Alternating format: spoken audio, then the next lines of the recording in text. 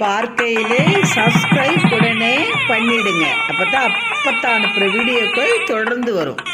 செட்டிநாட்டின் பாரம்பரியம் கிட்டத்தட்ட 200-300 ஆண்டுகளுக்கு முன்பு சூப்பிடி திருவாதிரை. சூப்பிடி திருவாதிரை நிகழ்வின் போது மூத்த கால் ஊன்றுவது இல்லை.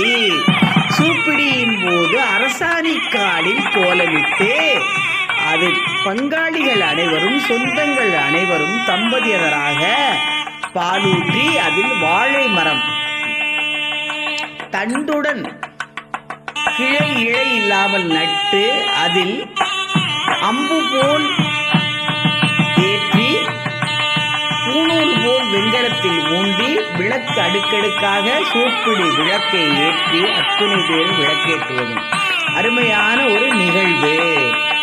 சூப்பிடியின் போதும் படைப்பு என்ற ஒரு நிகழ்வு, திருவாதிரையின் போதும் படைப்பு என்ற நிகழ்வு. நம் திருமணத்தில் முதல் நாள் படைப்பது போலவே 6 இலையிட்டு அத்துணை பேரையும் நினைத்து படைத்த இலையை பங்காளிகள் சாப்பிடுவதும் அதனோடு பலகாரமும் சேர்ந்து உணவளிப்பதும் பாரம்பரியம்.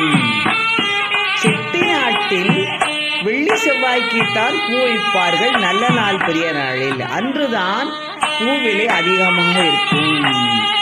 அற்புதமாக அருமையாக சிக்கனமாக இருந்து செட்டிநாட்டவர் கோயிலுக்கும் கல்விக்கும் தர்மம் செய்வதே பழக்கம். மறைந்து போன சூப்பிடியும் திருவாதிரையும் செட்டிநாட்டில் தலைத்தோங்கும் பாரம்பரியம். சூப்பிடி திருவாதிரை என்ன, பிள்ளையார் என்ன உங்களுக்கு மட்டும் என்று கேட்போருக்கு, அந்த காலத்தில் வீட்டில் பையன் இருக்கிறான், பெண் இருக்கிறாள்.